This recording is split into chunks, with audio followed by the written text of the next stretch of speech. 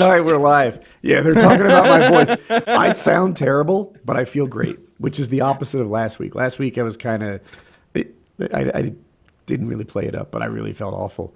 Some And child trespasser. I could tell. I could tell you felt bad because you never let like illness or something affect, like you really try and get in like go mode for it. And even by the end of it, I could see like your eyes like trailing down, like looking at the timer, being like, "Oh Jesus, like, are we almost there? All right, rep." Like I feel like I've got the shivers. But you're in the best mode of sick right now, where you sound horrible, but you don't feel that bad because you can milk it. Like if you have someone's like, just some more soup, please, Jackie. No. The garbage.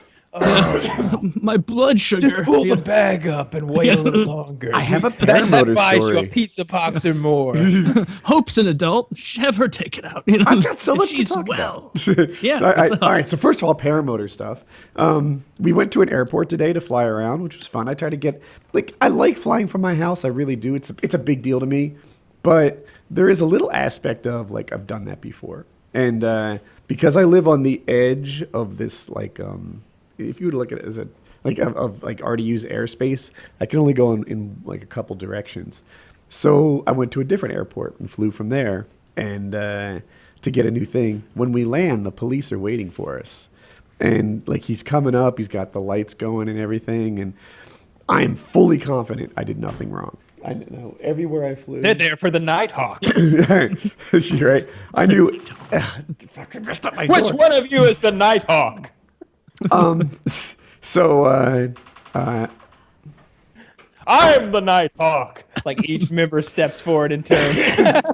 I think the Nighthawk is sneaking They don't around have enough to find storage footy to take somewhere. all of our buzzers away. the cop lands and he's got the lights going and everything, and I'm not that nervous because I know that like everything I did was legal, and I'm thinking to myself, well, I may have to explain to him, what the rules are and stuff, but this will work out okay. It turns out that someone had called 911 and said that terrorists were dropping packages in the like nearby fields and stuff. Yeah. And I was like, I can assure you, I didn't drop anything. Like I'm like checking my phone and stuff. And he's like, no. You're the package. Like they thought that, you were on a parachute. And people had dropped me, and I was with a friend. That they dropped the two of us, and that we were like, I don't know, some sort of terrorist. You were the Nighthawk. And I thought it was all trumped up in the news about Putin, but I'm seeing a couple of them come down right now. Right. Yes, sir, North Carolina. So- not the He had a lot of questions about paramotors and stuff. You get the same ones. How high can you go? How fast? How far? And he was a really nice guy. But that was a first for me. No one had ever accused me of being a terrorist package. Terrorists. Funnier that they weren't saying that, like that you thought at first that they were meaning that you were like dropping care packages to, I guess, already established terror sects in North Carolina there. But instead they say, no, you're the package. Like that's the general floating down to start recruiting, I guess. Now that I think about it, I was thinking, so the paramotor is kind of a pleasure thing for Like a almost dirt 100%, bike. Not that almost 100%. useful. Yeah. I just thought, and it's a legal thing, but of an illegal thing you could do with that paramotor because there were people in Colorado talking about like the smuggling problem with people smuggling the weed out of Colorado, and they were talking about they've caught people where they would put it in tins in vacuum sealed bags that weigh the correct amount, and they're all sealed and packaged, and it's like how you could fly a huge package of marijuana out of that state, land in a designated field out in the middle of nowhere, refuel, and just keep hopping. You can't be stopped. It's happening. You are the night. You're the So Rangers come up and they say, hey, we've seen you been dropping packages into Kansas. You can turn around and pull your gun out and go, I am the package. And then right there. that The what night Kyle was- described. So rather than small packages, people are using 300 pounds, right? So they have paramotors, but there's tandem paramotors. So like rather than two people going, it's one person and a load.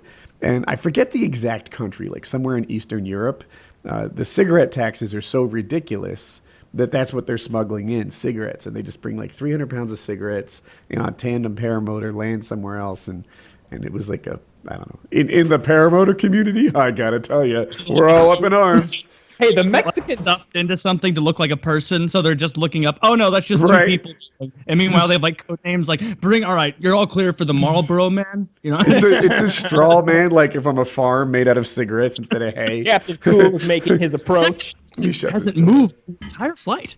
The Mexicans don't have paramotors, do they? Because that would really circumvent Trump's wall. I think they The do thing- have them. Shit. That's We the have thing an account for that. We'll Not- need missile batteries. I Like, have it goes another back- thing. saying about the Russian thing. Like, when we were doing the Red Dawn and you kept trying to come up with ideas to make it useful. Yes. Yeah. Like paramotor. It's exactly the same thing with the terrorist thing, where it's like if we saw terrorists coming over on paramotors, any fear that any American had of terrorism should dissipate. We'd be like, oh my God, they're coming over with fans. Like, You're right. Yeah. slow down into the ocean. Oh, I Like, can't wait for the next terrorist attack where like 16, 19 paramotors all bounce off the side of the Empire State Building and they come shooting down like a bottle rocket. Yeah. attackers, 15 wounded. The 16th fell from it so low, even he was unscathed. There was minor damage to the third floor window Oh. and it's out front. That'd be great if next time they use that. There's another thing. I'm dominating the car, but Hope got her first job just recently. She started last weekend. I helped her put her resume together, which it's She something enjoyed? I'm good at that. I'm a resume expert. All like my extended family and stuff run them by me, and yeah, she's enjoying it. She works at it's a temporary store that sells prom dresses. So she's I don't know, like she's a salesman. The people come in, she gets the dresses from the back, she helps them try them on, and apparently there's details about how a dress is presented. All these straps and things need to be in the right spot, and that's what she does. She sells prom dresses. So And she's it's- probably like it.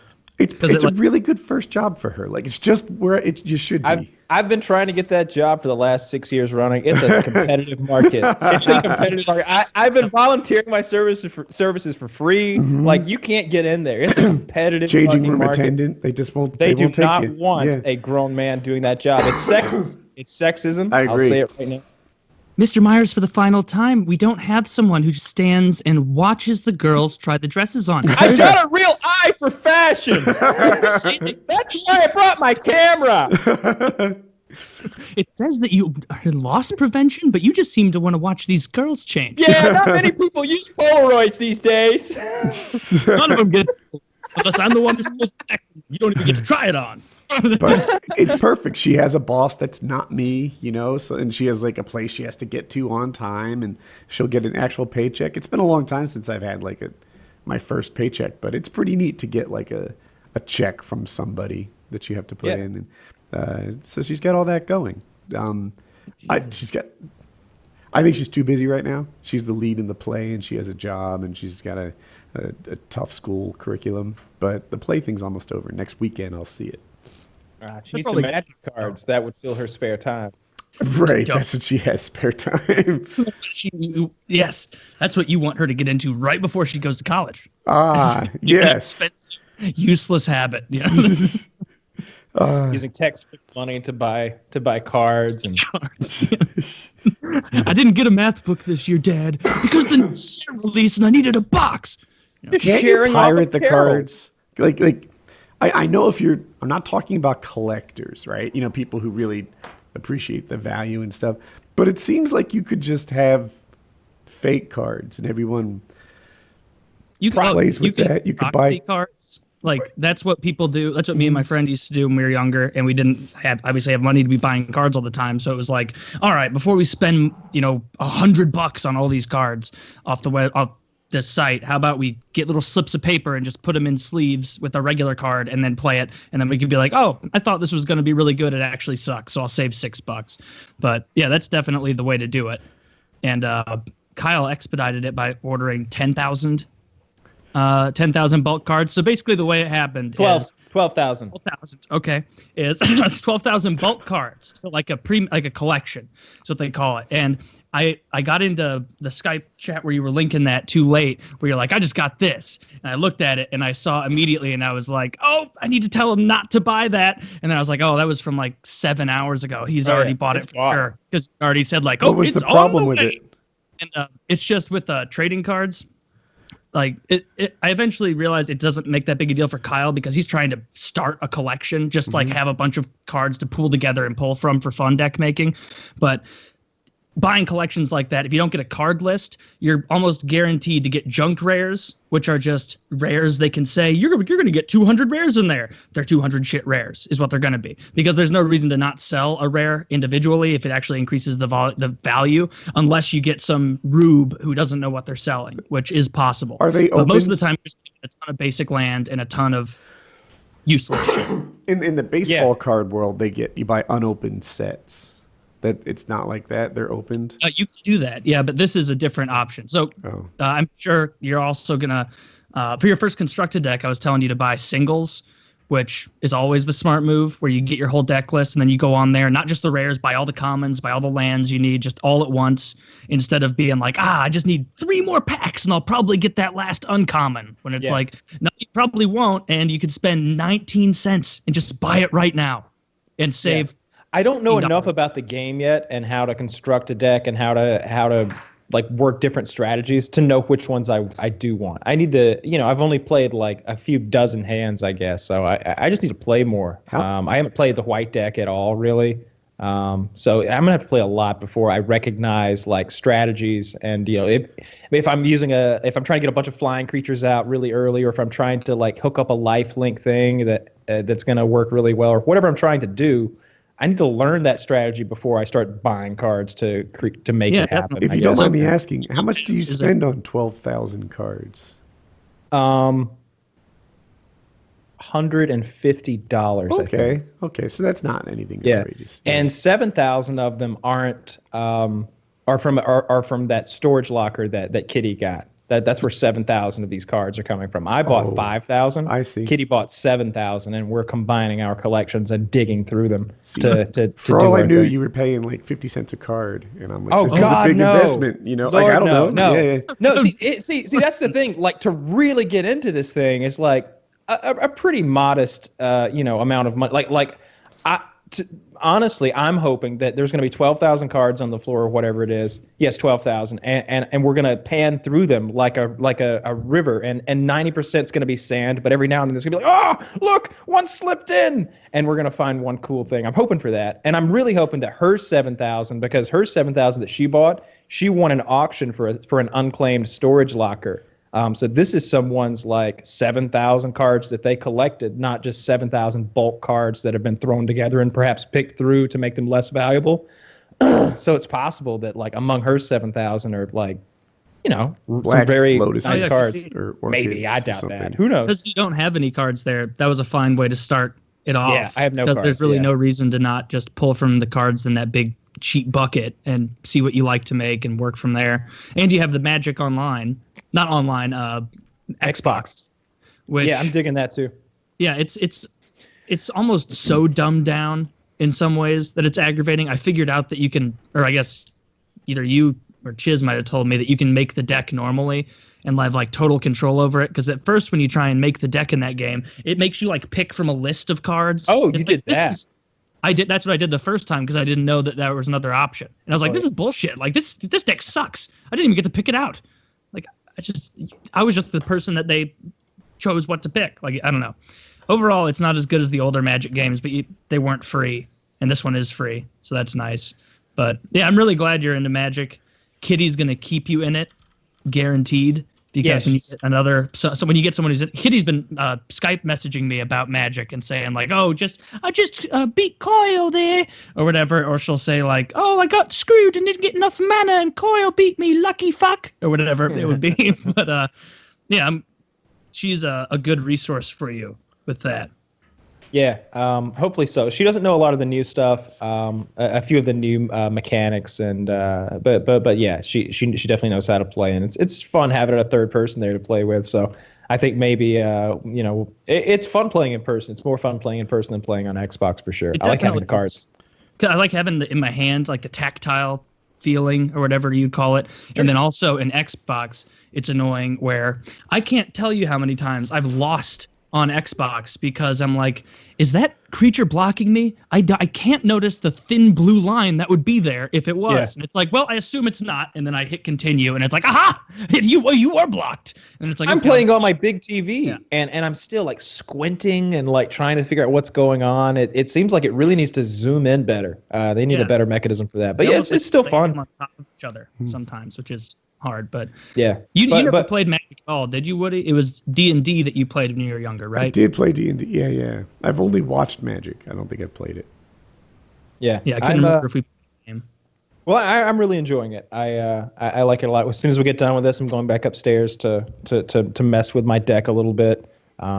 It's amazing to me how addictive this game is. You know, Kyle's not unique in this. People play Magic, and Magic takes they get really into it. There's a lot of like basic math.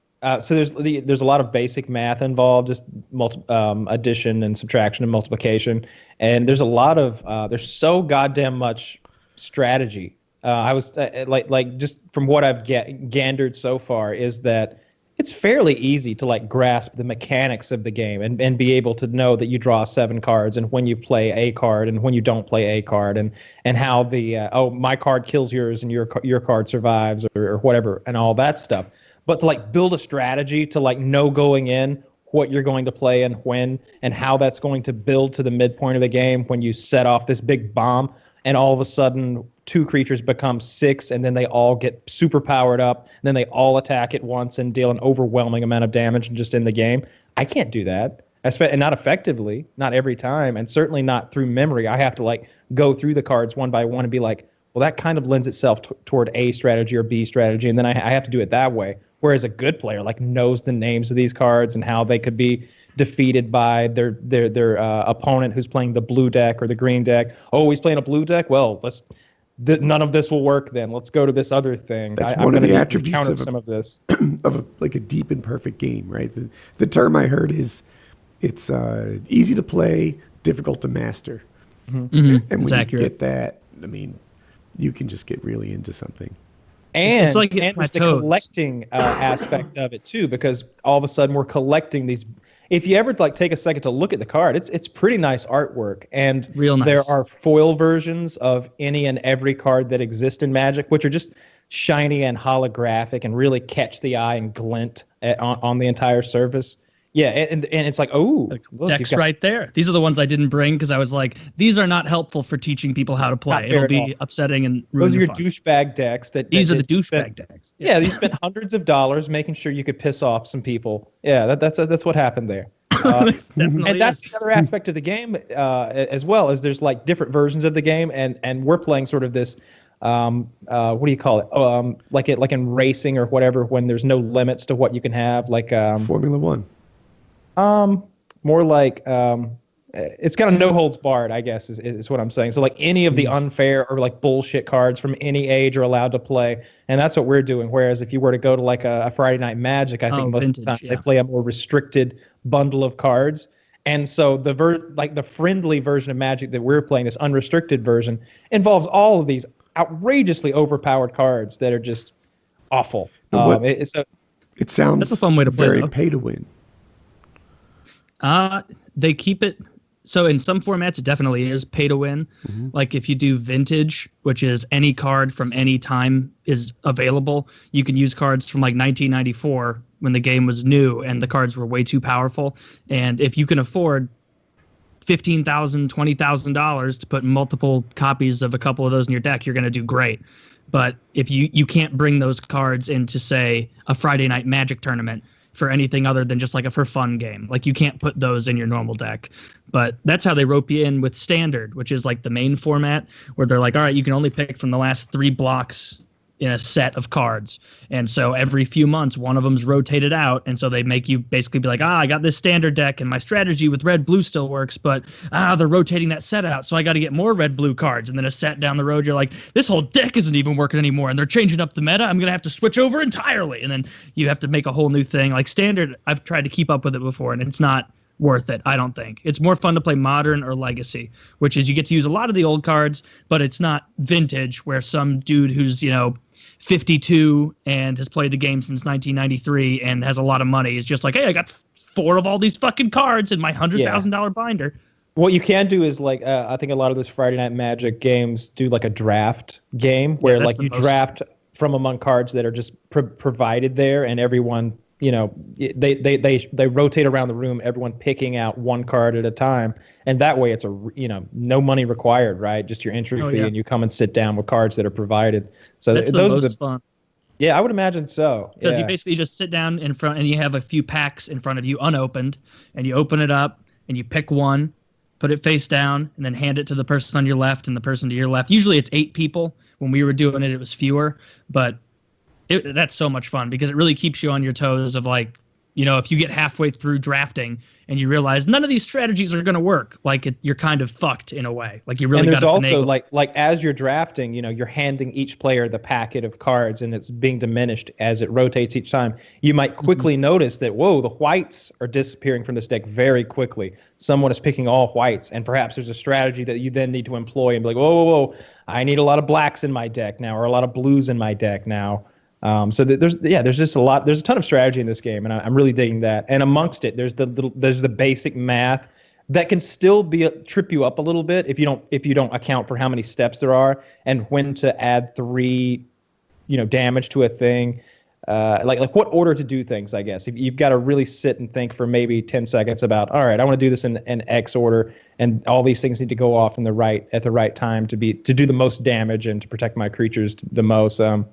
It's fun. It's like a video game. It's just like a video game. Yeah, and like with flipping cards. It has like plateaus where like you're right at first, like you get the turn order down, you understand a lot of it, and you feel like you get a huge amount of it, and then eventually you're going to get to a point, probably pretty soon, where you're not like trying to fuck your opponent over as much. Well, you're still doing that, but you're also thinking about how you can get them to fuck themselves. Like you'll become familiar with cards and opponents' decks and what they're playing, and so you'll know, okay, they're playing blue-white. I can tell from what they have on the field right now. That means they're going to have they probably have a cancel in their hand. I know they want to cancel one of my creatures, so I'm going to play this mid-tier, force them to waste it. Then I'm going to play this other card that benefits from a permanent leading the battlefield, or whatever the fuck it would be. And so like those are the most satisfying things, where like you feel like, aha, I've rused you into wasting your own things, fool. And then you're like, I'm playing a card game against an 11-year-old. You should probably settle down. Yeah. But yeah, it's a ton of fun. It's so addictive. I was reassured last night when, like, I don't have my mic set up or anything, but I was playing Xbox, and this guy was just trouncing me pretty badly. He was a level, I don't know what the levels go up to, but he was level 40. That's the highest I've seen, which means he's won 40 more games than he's lost in a row. I'm a level 1, or I think I got up to a level 3, and then there was a drop back down. But like I could hear his voice come through every now and then as I was playing cards. And it was a grown ass man. And I was like, all right, this doesn't feel so bad, right? Like if I'd heard, he played the Phoenix, cancel. I'd have been like, God damn it, this is just humiliating. But it was a grown ass man. I didn't feel so bad. He was over there actually contemplating the things I was doing. But yeah, fun game, both online and even more so in person. I'm starting to understand what those smelly, crowded rooms at PAX were all about now, but they're all starting to make a little bit more sense. Not a ton of sense, but a little bit more sense. But if it's Vapo Rub under the nose, Magic Tournament, no problem. Kyle's going to go in there. He's going to win some card games and steal some girlfriends. Steal some girlfriend. Multiple. Yeah, right? He's just going to go out there with like 1 trophy and 6 girls. I think there's a lot of girls that play Magic. It seems to be a card game that attracts a lot of women. Yeah, it's very inclusive, I think, just because it's a lot of fun. Yeah, and a lot of the creatures are women. It's not like a male-dominated game. Although, so neither's poker, I suppose. There's a lot of women who play poker. Funny, like I every once in a while, like you'll see somewhere like Magic, including more diversity in its cards or something, and it's like I can't imagine any more diversity. Like there are goblins and ghouls, Werewolves. Everyone's represented. Right. There are trans creatures that become other things. You know, Are there like, fairies in the game? Yes, there are fairies. elves. Name something, and Name a Magic thing. has a creature of it. Oh God. Of course, there are goblin balloon men. Half goat, Um, half people. What are they called? Not centaurs. That's the car. Satire. That's the horse. Satire. There's Satire. probably Yeah. centaurs, minotaurs, all that stuff's Centaur. probably in there. Minotaurs, human males, human females, human children, There's black dudes, black chicks, black people, anything and everything. Yeah. brown people. Like it's never about like I don't know. It's just such a weird thing to notice in a game where half of it is like I play my ghoulish devil to attack your, reaver demon. It's like, well, there aren't any trans demons in this game. It's like, how would you know? It doesn't have a gender. It's just a demon. You're like, actually, my demon identifies as a werewolf, just so you know, and so he deals double damage this turn. So he gets that bonus. That's what you should do. There All were of my 3 creatures werewolves on the board, so +1/+1/+1 for him. It doesn't work that way. No, but yeah, a fun game, very addictive. Did you watch the Holly Holm fight? I didn't watch it. No, I just read about it. Have you seen the replay? Yes, I've definitely seen the late hits. So I've seen it 3 times now. I think Durandamy, without the late hits, if we're not talking about point deductions, won by definitely 1 point, probably 2 though. I think unless you're talking about dinging her for 2 points, it's a Durandamy win no matter what happens. Those late hits are bullshit. I hate them. That's well, you have to. So I know that the ones I saw anyway, at least the second one, maybe both. Holly looked rocked by those late hits. The first one was at the end of the third, I want to say, or maybe the second. Whenever it was, I think it was at the end of the second. And when she got hit on the left side of her face, and she was staggered, like her knees went wobbly, and then she had a big mouse right here that might have affected her vision a little bit. Her question mark kick late in the fight was beautiful. She missed on an opportunity where she had Durandamy rocked. Durandamy actually, went to her. Go ahead. The point I wanted to make is I don't know how strong Holly would have been, say for rounds 3, 4, and 5, if she didn't get late hit at the end of the second, right? Because she was on Bambi feet, right? She was Bambi on ice, and that just means that she may have never just been the best version of her because of a cheap shot. It was the best version of her for at least rounds 1 and 2 though, and you can't take away it seemed like what was happening is Holly was coming in with, I don't know, a 1-2-1 and then a kick or something like that. Lots of combos like that, and the Durandamy is taking 2 steps backwards and countering hard with a right, and occasionally it would hit and occasionally it wouldn't. It wasn't hitting all the time, but it was making a lot of contact. She was counterpunching really well. Holly's oblique kicks weren't working. I didn't see any amazing taekwondo. Yeah. Oh, yeah. Well, she's from the same camp as John Jones. Yeah. I didn't see the most impressive kicks were not from the taekwondo champion. They were from Holly. That beautiful question mark kick. And if she had followed up with that left kick and caught her in the nose, this area, it would have been the most spectacular win. It's the flip of the coin 100%. It's no longer Holly Holm sad and defeated and perhaps cheated. It's Holly Holm overcoming the maximum adversity in the most spectacular manner in MMA. Maybe, that head, following not just a head kick, but double kick, right? The question mark kick, which is such a cool technique, cool kick, beautiful to watch. Amazing. I can't do it. It looks great. I can't do it. Of course not. The flexibility alone. If you asked me, hey, Woody, I recognize that you're not a pro, but can you show me what a question mark kick looks like? I'd say no. I can't even explain it well. It looked kind of like this, but with a leg. It comes up and then whips. Yeah, so that was beautiful. And if she caught her with that left, I mean, man, we're talking about a whole different day, the day after. But I think Holly was outclassed at every step of the way. Her clinch work was bad. She didn't get anything done in the clinch. She had Durandamy on the cage for minutes at a time. Very unproductive. Say what you want about the New York MMA. I don't like it. They don't seem to know what the fuck they're doing. Their judges and their refs. I would be happy if they just took it out of that sport. I won't pay for another pay-per-view in New York. I won't do it. just because of that judging and because of the. Wasn't the first one good though? I don't think there were any problems in the. I don't remember well enough, like fight on a fight for fight basis. It did. I don't think last time around any of the bigger fights that I cared about were affected by the judging or the reffing. Right. But this time around, I think a lot of people are saying that the Anderson Silva fight was misjudged as well, and there was definitely an eye poke that was ignored in that in that fight. That's every fight. Anderson was the aggressor. It was a bad one, and the fighter called it out, and it was the second or third of the fight, so it was second. But anyway, back to Holly Holm. I just think she was outclassed by Durandamy, unfortunately, and Durandamy didn't seem to be that good. Holly was 10-0 when she at the point where she defeated Ronda, and now she's lost 3 in a row, 2 at bantam and then 1 at this 145. There's like 6 145 female fighters on the fucking planet that even have any skill, though. That's the problem. Duranda is saying, like, hey, this should be the happiest moment of my life. It's not. Holly, I'll give you a rematch. And there's 2 ways to interpret that. Yeah. One way is, well, how great. She's saying she wants to do this fair and square and give Holly another shot. Another way to interpret it is, oh my God, Cyborg might beat this steroid thing. She's going to fuck up everybody. Like, to me, she's a dirty fighter. I want her to fight Cyborg. That should be her punishment. Her punishment is Cyborg. Cyborg, who is literally like not quite human. She's a little something else. Oh, she's pure dude. It's now going to be our instrument of punishment. Yes. Every MMA fan is thinking they're like, oh, there's a white knight over there. It's that man in the dress. Yeah. Oh, that fucker don't play no shit. She walks around at 190.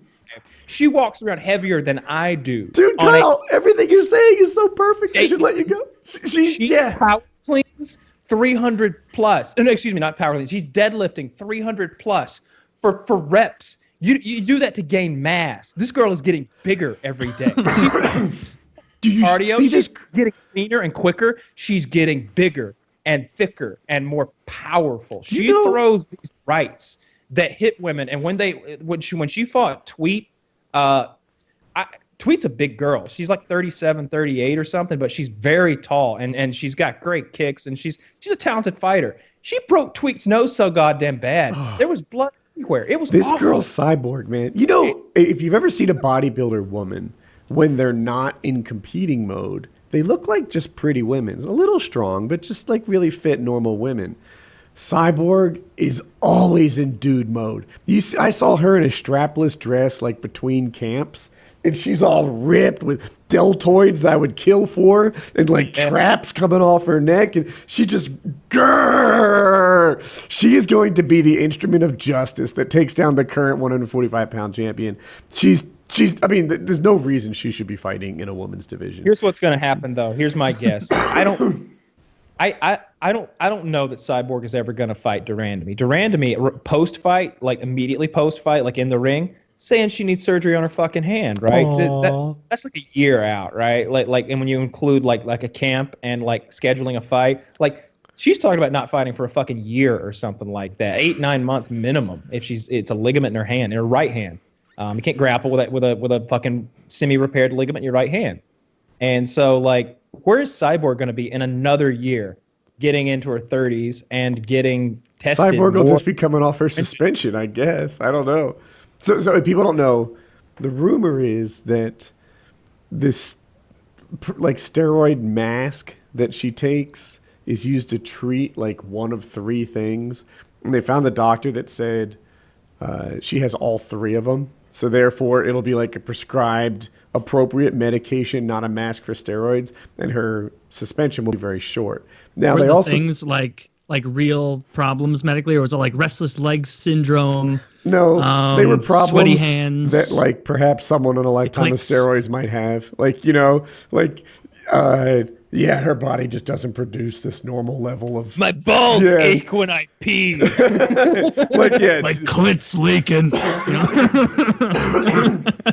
problem, they're like, she just doesn't have the right level of estrogen because her body just doesn't, for some reason, doesn't make hormones like other women's bodies do. And by the modern way, this is not the first time she's been busted for roids. This is the second time she's been busted for roids. It's the first time she's been tested out of competition, and presto, guilty. First Yeah, but hit. Woody, that assumes she hasn't learned her lesson. I'm sorry that she hasn't what? That she hasn't learned her lesson. Oh, and that's a changed. fair point. She has Yeah. learned her lesson. It's that paying off the right doctors and lawyers will get you right back into the Look UFC. deep into that jaw and tell me she's on steroids.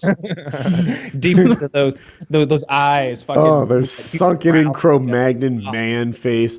Is that a steroids Skull. thing Yeah, where it just almost thick. looks like their eyes become like deeper in their head? The skull, it's a, if I understand right, and there's a lot of expertise it takes to understand this shit, but human growth hormone can cause your skull to continue to grow, and that can be one of the things. Eyes look deeper because your skull keeps growing in a weird way. That girl never had a small head, though. Let's just be clear. Like, there was never a time where she was a dainty little flower or anything. She's been a big girl always, but yeah. I'd like to see her. You know, in baseball, you see like Barry Bonds rookie pictures. and Yeah. he just looks like Oh, an yeah. athletic college kid. Oh, And- he was a completely different kind of hitter. You know, he was a base runner, a guy who hit and run, like completely different kind of player is what he became late. What does 16-year-old Cyborg look like? For all I know, she's a dainty, hot little girl in a prom dress or something. Yeah, and she's turned into Guaranteed. someone She who was beats Joe Miss- Lozon in an she was arm Miss wrestling Final contest. Fucking female power lifter, 2008. There wasn't a women's class, so she competed with the men anyway. Like Little this Miss chick- Cauliflower Ear.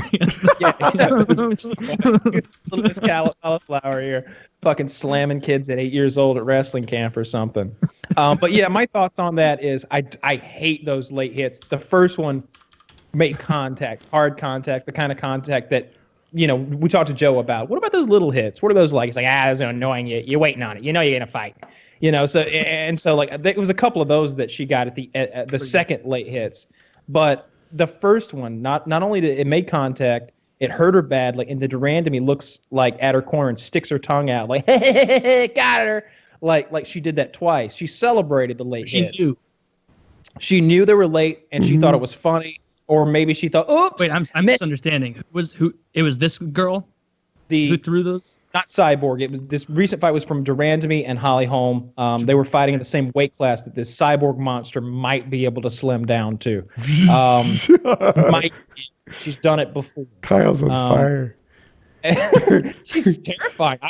She would beat me to death, and that's not an exaggeration. I couldn't outrun her. If you put me and her in an open field and you give me 100 yards, advantage, she runs me down. She catches me and she murders me with her bare hands. That's what would happen. I would have to hope that she wasn't expecting the eye gouges. That's all I can like. If she doesn't expect the eye gouges, I've got a chance. But that's it. When right? I'm outmatched, right, like practicing or sparring or whatever, it's a little victory for me. If anything that I do, like if anything I meant to do actually happens, and if I was against her, nothing that I aspired to happen would actually go down. That's just no chance. Because you don't even have like the size advantage or the mass advantage, which is just as important that you would have over like 99.99% of every other woman. She weighs as much as you do. How much does she weigh? She's walking around at 195 plus. Yeah, something like that. She's really big.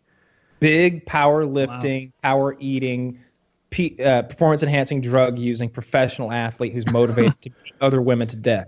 You know, she wants that kind of. She wants the money that Ronda made. I'm sure she can see herself up there as like the real fucking deal baddest woman on the planet. You know, she was like bullshit when they were calling Ronda the baddest woman on the planet. She's like, she knew she could kill Ronda. I'm sure she knew it. Like regardless of what Joe Rogan or anybody else was saying or what we were saying, who didn't know what we were talking about or whatever. Right. Yeah, it's a terrifying woman. But yeah, as far as the Holly Holm fight goes, if you take those late hits out, clearly a Durandamy win. But when you include them, I think that it should have been a draw. I think it should have been a draw, and I think they should definitely rematch it. I hope that she's bullshitting about that, or about her hand, or whatever the fuck she's talking about. I'd love to see her next fight should be a rematch with Holly in like 6 months, 4 months, 5 months. I want it soon. Can you do that in the or in UFC? Just be like, "Oh, I hurt my hand," and then come out and just be like, "Actually, I lied to my employer." Yeah, they might take they could, it's the UFC though, like so they could always like what do you call it? Your belt. strip. Not necessarily. Yeah, basically. for all intents and purposes, basically just take your belt away and have somebody else fight. Sometimes fight the UFC will ask you to see their doctors. I know they did that to RDA when he kind of broke his foot and couldn't fight Connor. They did it to somebody else too. But I've seen at least 2 instances where they're like, "Oh, you hurt? Come see our doctor. We'll see what they have to say." So it'd be hard for a champion like that to just full out lie. But I've never been so frustrated with a fight because I felt like the referee was actively impacting the fight in a number of ways. Holly wasn't having any success with her clinch work and her cage work at all. She really wasn't. It was embarrassing, and she kept going for this high crotch that was fun to watch, I guess. But like she was literally not strong enough to lift de Randamie from the high crotch. And she never went for like a double leg or anything like that. I don't know if that's in her repertoire, but she just didn't. And those were the only takedowns she attempted the way I remembered. I don't think de Randamie really had to shoot very much. I don't know what Holly's takedown game is like, but that should have been her.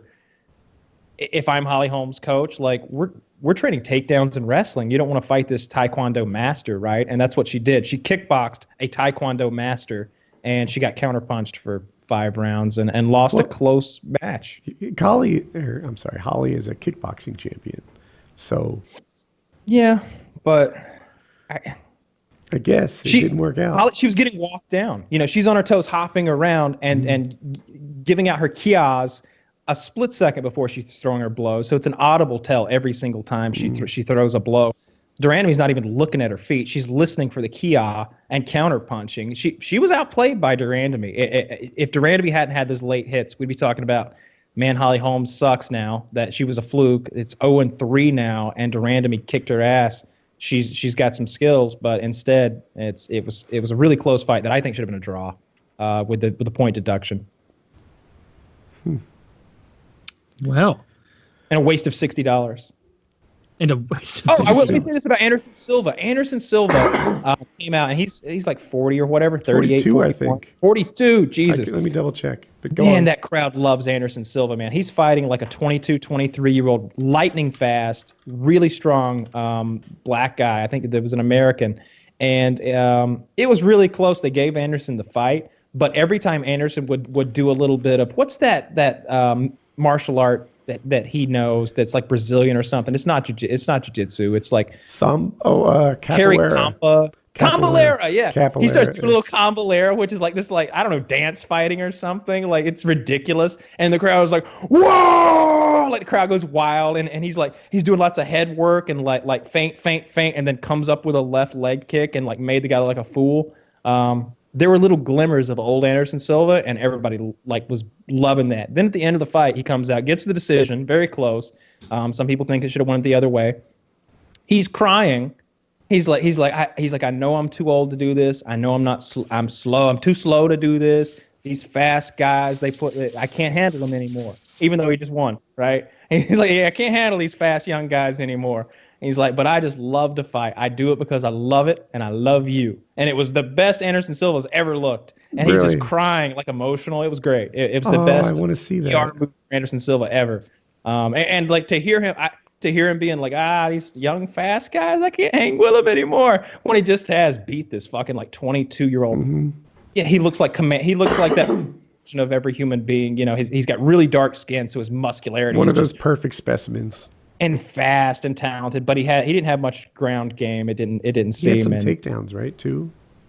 Anderson was shooting, preventing his takedowns constantly. He was doing he prevented 8 by like halfway through the third or something. He was at like 8 takedown defenses. Anderson did very well to be a fucking 42-year-old and to be fighting a young guy like that. I'm glad that he's still fighting, and it's really fun to watch him.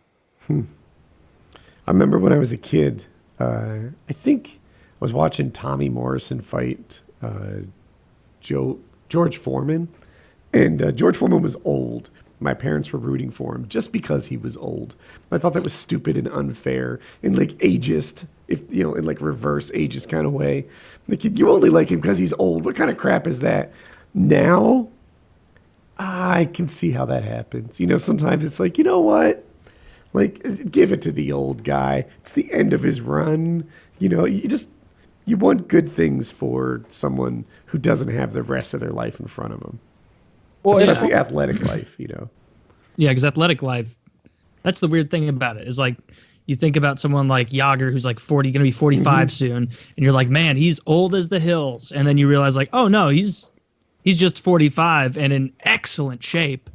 And he has like what, $250 million somewhere in Czechoslovakia, Right. Like that. If Czech Republic, whichever one's still there, I don't know. On the other hand, been hit so many Well, times, probably live until 60. you like those root for football players. someone. You root for someone who's got a somewhat of a disadvantage, and there's what's that old poem? It's like rage against the dying of the night or whatever. You've got this guy who's like on the decline, and he's just fighting harder to climb the same hill, and he's still getting to the top. It's fun to watch. You like to see an underdog win. As soon I going into the Durandamy home fight, I was talking to Chiz and I was like, I'll bet you a booster pack fucking Durandamy wins, because he was saying home was going to win. Booster pack's like $100, right? No, booster pack's like $4. The booster box is like $100. Booster box. That's what it. That's yeah, 36 that's what I said. booster packs. Yeah. Yeah. I was like, I bet you a booster box that Durandamy wins. He's like, oh no, I'm not touching that. I was like, smart move. But as soon as I saw that late hit, I was like, fuck this horse shit. And I was really on Holly Holm's side. And I was just cheering for her the whole time and just really upset at the end of that fight. I was like, well, that was fucking horse shit. And I turned it off. And then I watched her post-fight interview. She's crying. She's not crying. She's very emotional, on the verge of tears, beaten up badly, and she's like, and just summing up like how she answered questions, she said that she lost respect for Durandamy. She knew those shots were intentional. She said those were the hardest shots of the fight. She wants a rematch. She thinks there should be a rematch. She says, though, she'll take whatever she's given at any weight class because she's lost 3 in a row. It was sad to watch. Nothing. Yeah. The thing about Holly is like, you'll never find even 5 seconds of interview footage where she isn't someone that would you'd be proud to have her as your daughter. She's always well spoken. She's always polite. She was gracious as a champion. She's gracious as a loser. She's just great. Like, everyone likes Holly. She's great. Yeah. I hope she gets back in there and wins. Next event, I think Khabib is fighting. He's fighting Tony Ferguson. Yeah, that's you got your huge number one fight. contender and number 2 contenders fighting each other. That is a huge, huge fight. That might be for an interim belt. They haven't said that. That's a Woody thing I just said. But the thing I don't is, think well, they'll have to fight Conor, right? Is that's at one? so Conor 45? and Mayweather just agreed to fight terms. It's not Like signed. verbally, though. Yeah, You're right. But if that turns into something, and now Conor's going to take a year to prepare for this boxing match, they could totally either strip his belt or interim these other 2. Yeah.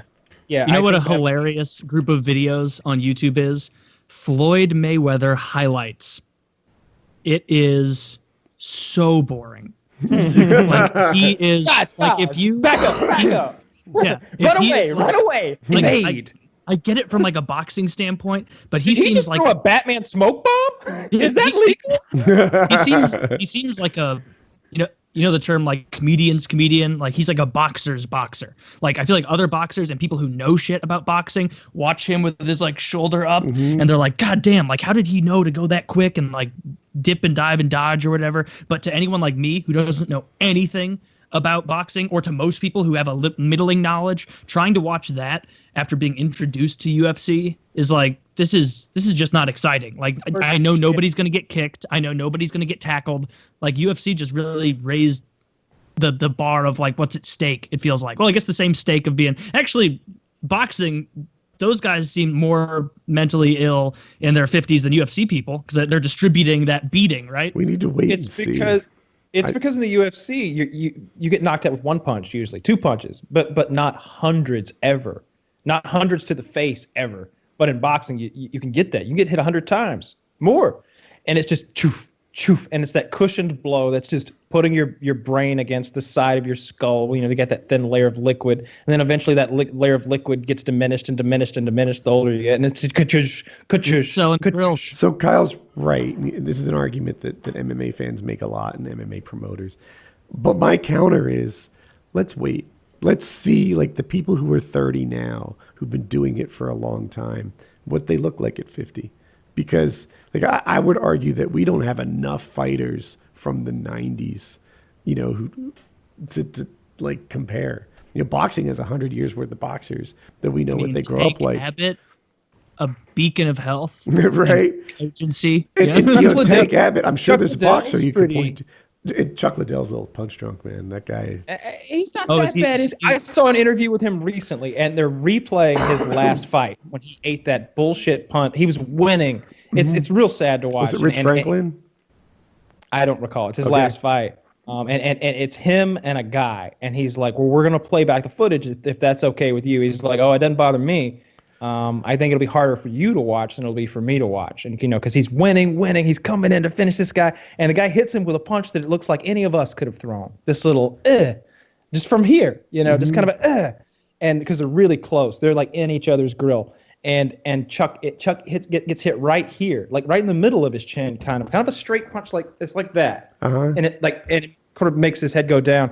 Instant knockout. He falls down, and his eyes are like doing weird shit, and there's blood coming out of his mouth, and he is not conscious, eyes wide open, and it's bad. It Was looks that terrible. what changed him, or was Career that just the ending. final That was all right, my career's? that was But the he was last fight. he was It- old, right? So What As had fighters happened to go? Chuck? Chuck's chin had gone away. Part of Chuck's fighting technique was to fucking run in through your defenses, through your counter punches, eat 2 or 3, 20 of them if he had to, and then just destroy you. Carried Just his destroy arms you. down here. He would fight like this and just throw these like big hooks. And defense, his defense Didn't was he- a good chin. Got a Just shield saying. right, motherfucker. Hit it. Ding! Ah, it's like, And that's then all it was. Somehow it just kind of diminished. it diminished in a hurry though. Like he went It's that from layer of unbeatable. I'm outside my depth, but he went from pushing. unbeatable to very beatable.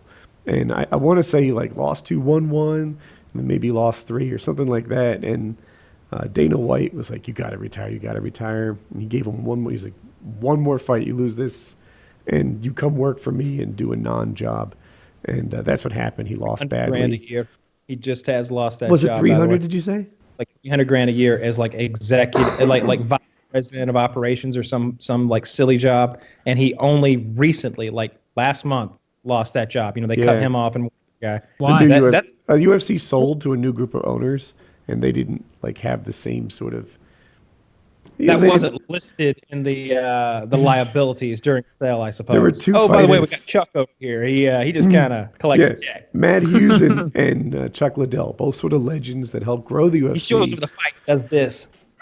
But they worked at a time when fighters made $150,000, and now it's a $4 billion company. So they're like, "I'll tell you what, we'll pay you $300,000 a year for nothing. You don't do a fucking thing."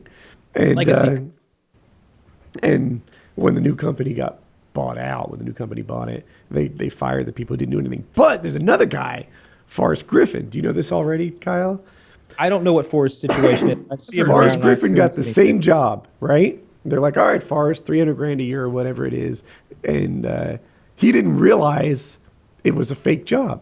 He didn't know, so he shows up at work and starts working, and he doesn't have to. It's just who Forrest is. He's calling meetings, coming up with ideas like, "Hey, how about I do this? And there's an event in England. I could go out there. I could meet English people. We'll get it all on video. We'll make some promotional shit." And Forrest works 40 hours a week. He doesn't have to.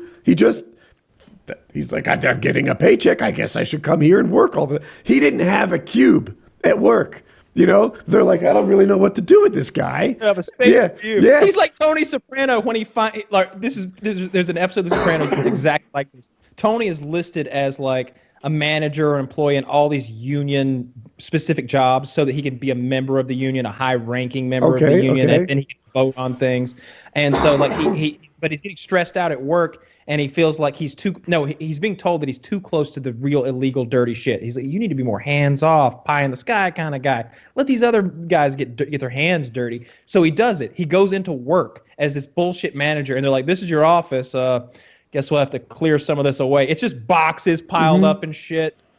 2 weeks working that job, he's got eczema, scratching himself with erasers and stuff. He's breaking out in hives and stuff. That he needs it. He needs that thrill of being out there. But yeah, he had one of those bullshit jobs. Forrest that got to doesn't- work They didn't even have a cube for him. There was like not like they're like, oh, well, like, we didn't know you were coming. They didn't have a computer or anything, so they start like getting shit together and they get him a computer. They give him a cube and later an office. And like I said, he's working all this time and he's doing so.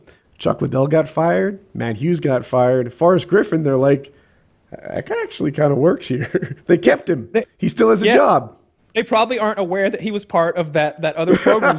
They're like, wait a minute. So you're telling me that Iceman character, he makes $300,000 a year here? This Iceman, where does the Iceman work? Where's his office? I'd like to stroll on over to Vice President of Operations Iceman and have I'd like to go over a few things with him. And his work is sloppy. Quite. Oh, he doesn't work here. He's in Miami right now, fucking a bunch of whores. That's what he does. He fucks whores, and he pitches energy drinks and like lemonade and like powder and like protein. If you want to know powder more about the whores, check his expense reports. He submits them all. Yes. We pay for those too.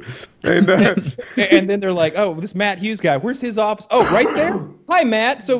So we wanted to talk to you a little bit. I see you were a fighter with the company a long time. Oh, you got to run. Very busy. Oh, heading out to do a promotional tour in Europe. Well, don't let me slow you down. I'm busy firing Mr. Iceman or something. Have a nice day. Like, it's totally what happened, right? no, like, Matt Hughes got fired. It was Forrest there. Griffin is the guy that kept the job. Yeah. Yeah, that's what I mean. Yeah. Oh, okay. Yeah. I misunderstood your story. Yeah, Yeah. It So makes sense that Chuck Liddell, Iceman, the same guy. Matt Hughes, they got fired. And Forrest Griffin, who just worked the whole time when he didn't have to.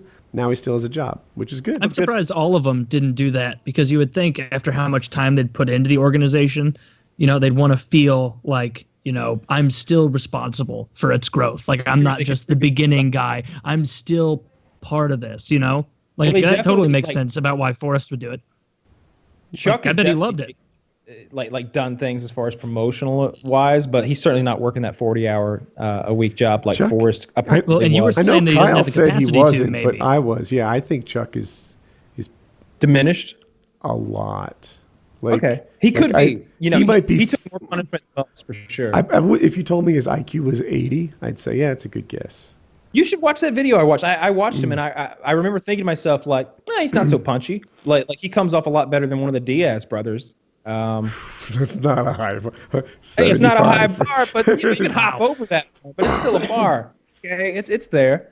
I don't know. Yeah, sure. You got a point. We'll figure out. I'll have to later watch on some what more. concussion- I my thought process about this whole concussion thing is that there are about a dozen or so huge, gigantic, multi-billion-dollar corporations that really depend on concussing people to make those many, many billions of dollars every year and sell their merch and everything.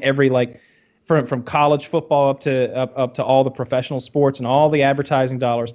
We're gonna have to get some sort of scientific way to like make brains not get hurt when people get tapped in the head.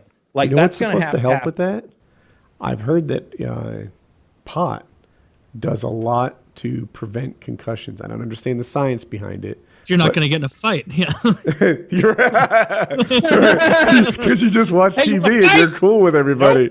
No, Man, I was so upset like 2 minutes ago, and now it's like I don't even remember like why we were mad. Man. Like why were we? I don't even know. Like it's like nobody.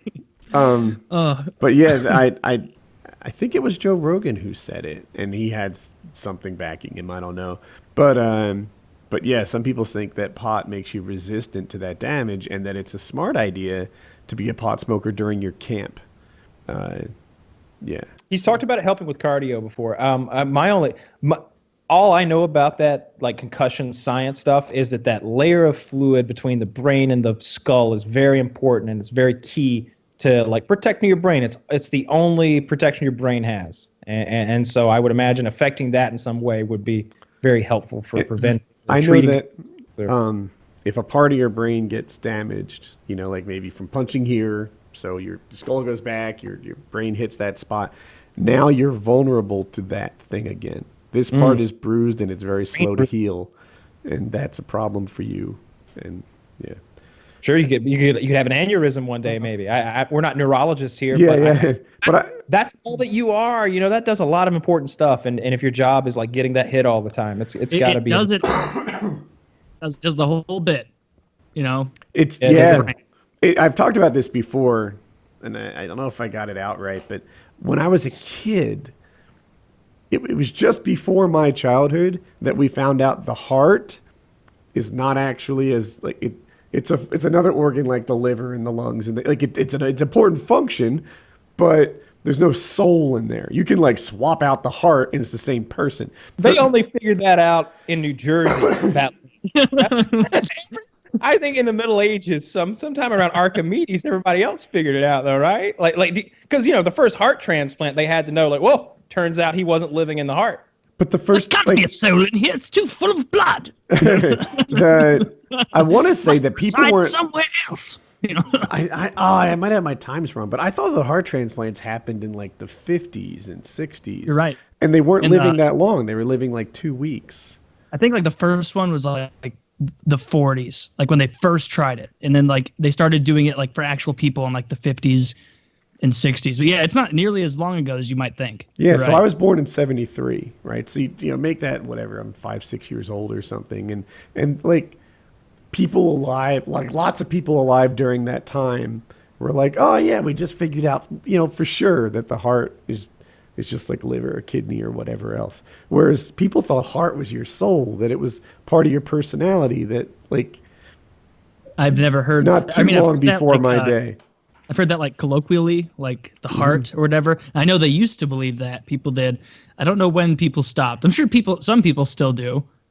Like I think it was like a spiritual sense. It was a thing that the first transplant surgeons had to assure people, like, oh, trust me, it's just a pump, like the guy's not going to wake up and be like the other dude whose heart it is. And Oh, okay. Yeah, that actually like a religious kind of guy might be like, you'll go under and then Right. you'll come back as a different man that you only better hope has been saved. like Kyle You said, cannot he's save like, another man's soul. he's like, everyone knew it was the brain since like Archimedes or something. And I'm sure that a lot of people did, but like Taylor, there were still people who just needed reassurance. Like, really, you can swap hearts and they're like, it's the same dude. Yeah. So, but I don't know. It's interesting to like look through ancient geniuses because there's a lot of them who like Newton. I think it was Newton who brilliant, invented calculus, and then believed in alchemy, where you could like mix shit together and create gold. And like people in ancient Greece where they figure out like water displacement and measuring volume for the first time ever. Like that silly story of like, I guess it was Archimedes, that he sits down in his bath and it overflows. And he's like, oh, eureka. And then his housekeeper's like, "You asshole, like you could have done that, like an apple in a cup, like, and saved us a lot of water. I had to haul this all up here. This is ancient Greece. This isn't it didn't run out of the tap."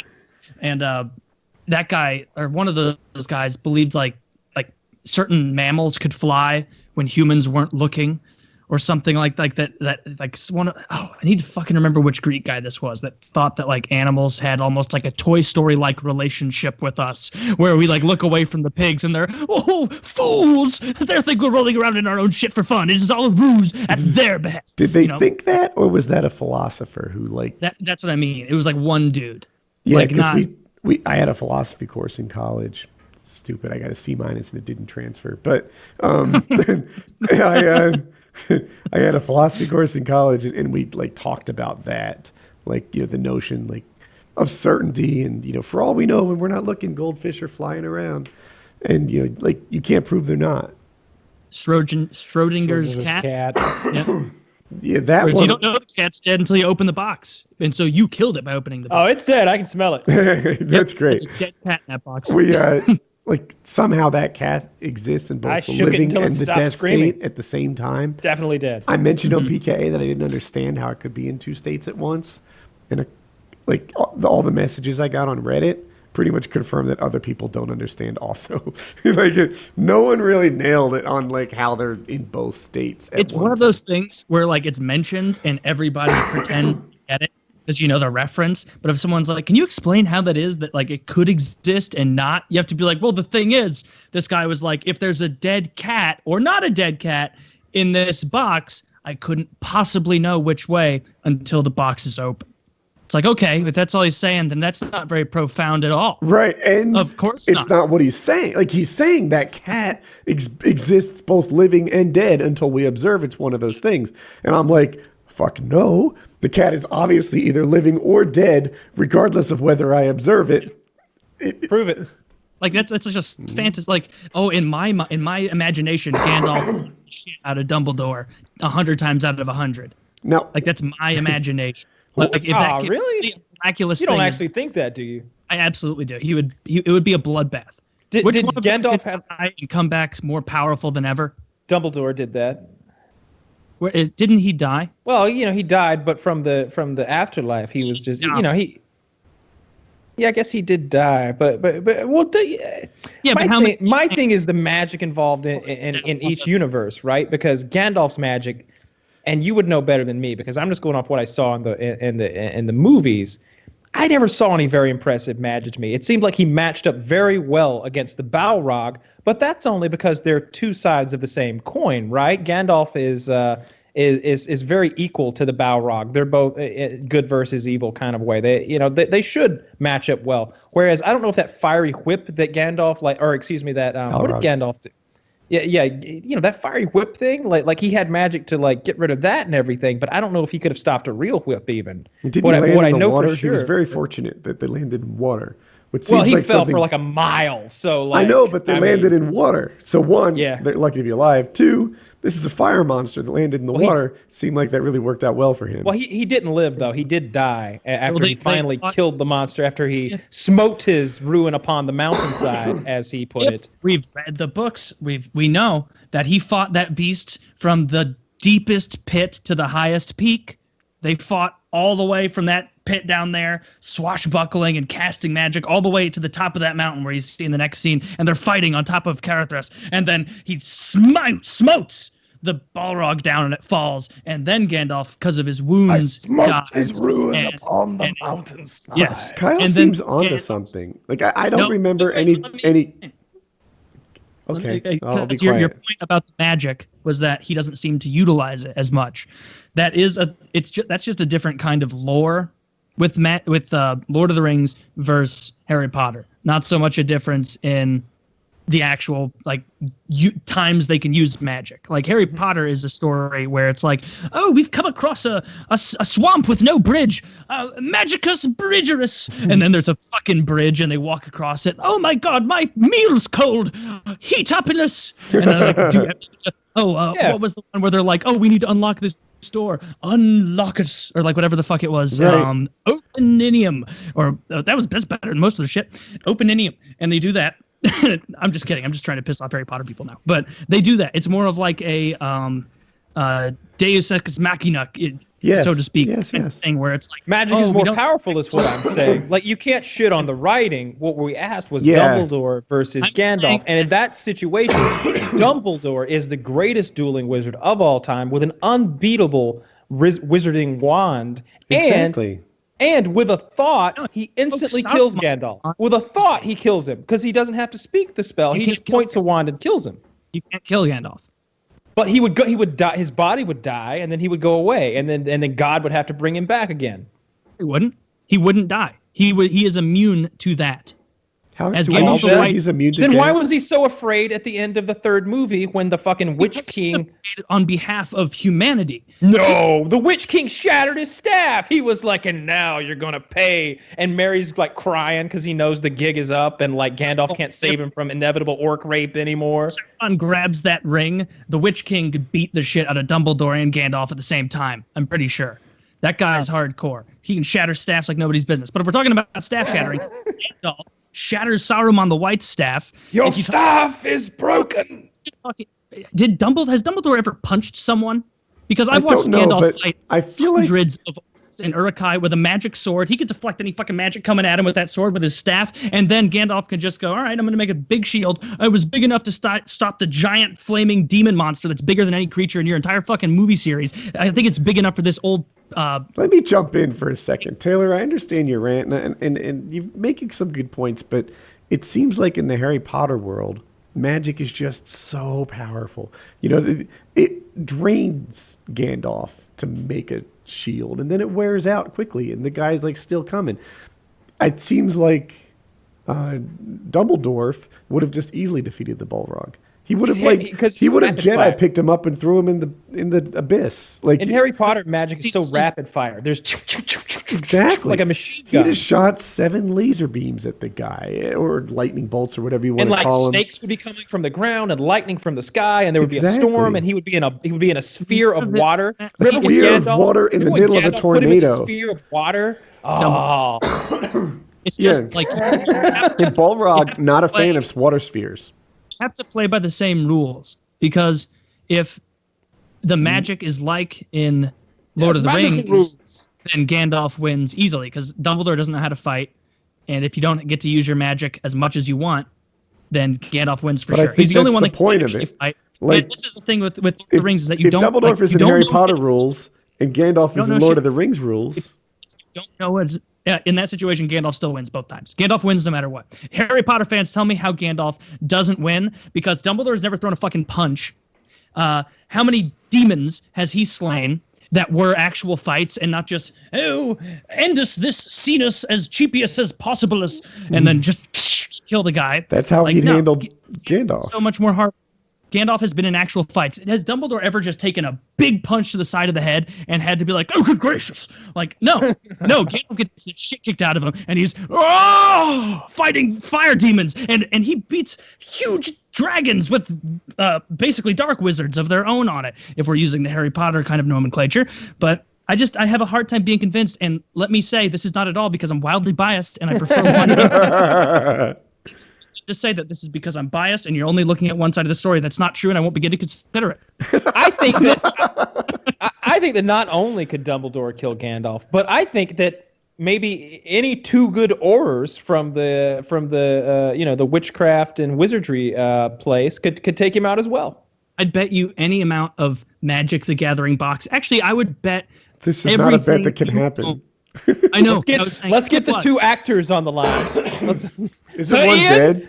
so Ian, the That's, first one died, but they replaced him. It's all Oh, the first Dumbledore's dead, and that's Saruman who died. Christopher Oh. Lee, not gay. Yeah. Oh, do you want to wrap on a little bit of hockey news? It's actually interesting, Kyle, please. Go on. So, Woody, you know all those teams in the north. Kyle, come on, in the Northeast, where Boston, their biggest rival is Montreal, right? Like they hate each other. It's been like that for a long time. Today, Boston let their coach go, and Montreal immediately hired him as their head coach. I didn't know this. And so it was almost a literal cucking. And to make this even funnier, like for the rival like that, this exact same thing happened in 2003, where Claude Julien or Michel Therrien, the head coach, gets fired, and then Claude Julien replaces him. And the last time it happened was on February 15th. But I don't understand who the cuck is in this situation.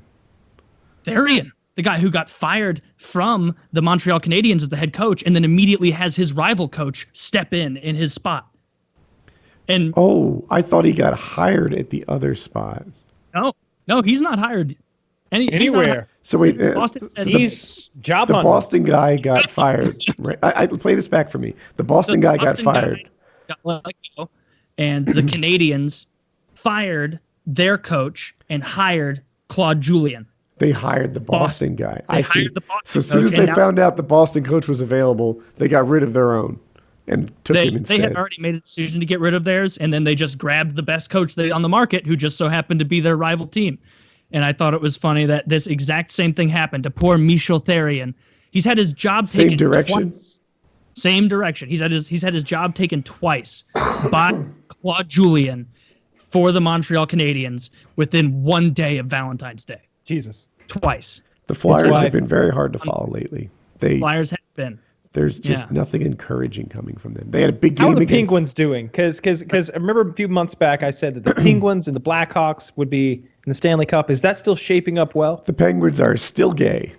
I think the Penguins are going to win it. I think they're going to be the first team to repeat. Blackhawks lose Game 7, as what- predicted here As months predicted ago. here. You said I thought you said that the Blackfeet were going to win. Blackfeet winning 7 games, yes, Oh, they against the Penguins. Okay. Yes, We'll see. We'll see how that goes. I Penguins are going to have a serious injury. think the Sharks are going to make it further than the Blackhawks in the Western Conference. I think I think the the Blues probably lose in the first I round. think the Capitals are going to get further than the Penguins. I hope so. God damn, I want to see Ovechkin get a little bit of success. Like you were saying earlier, with rooting for the older guys. Like he's only 31, but that's starting to get up there in hockey at least. And so it's like, God, you really want to see this? This guy's the best goal scorer, the best pure goal scorer in NHL history, arguably, and he's never made it past the second round because Sidney Crosby and the fucking Penguins always meet him in the second round and then eat his lunch, then throw it up on his Because shoes. Ovechkin's the only guy on his team. Meanwhile, like Crosby's got Malkin and strong goaltending, and Yeah. And last year, right before the playoffs, the Capitals traded 3 players, someone to the Sharks, someone to the Blues, and someone to the Penguins. I believe it was like not a big guy to the Penguins. And all 3 of those players with those teams made it further than the Capitals did last year. So that's a little sad. I want to see the Caps do well. Sorry, Kyle, I can tell I'm losing you, and you've got a burning desire to play some more Magic and become the best duelsman. I don't know. he'll be the Dumbledore of Magic. Yes, the And I'll be the Dumbledore Kindle. of Magic. And by the way, I know that we've been matching up. It's pretty accurate. Oh! I walked him into that. I'm so sorry. I'm right. gonna be on later if you do want to play. I think I've crafted a deck that I actually like this time. That's good. Are you on the Magic or on the Xbox? Both. You found? Both, yeah. They should have a way to facilitate real cards. I don't know. They should. Yeah. But they got- I like the idea of each card having a little bit being scannable or having a tiny serial number, punching that serial number into like your Steam game, and boop, now you got that. Now you own that card in game, and like There could be a little reader. You know, you just put it in like a George Foreman grill, and read the card, read the card, read the card. Yeah, I would for sure. Man, I would play Magic the Gathering online tonight if they had that. You'd be scanning cards for 6 hours, motherfucker. Oh my God, 6 hours. I don't think I'm that quick. It's going to be longer than that. And you, especially, with 12, 13,000 cards or whatever it is. Wow. Well, all right. Very good. PKN episode 131. I had fun. Bye, everybody.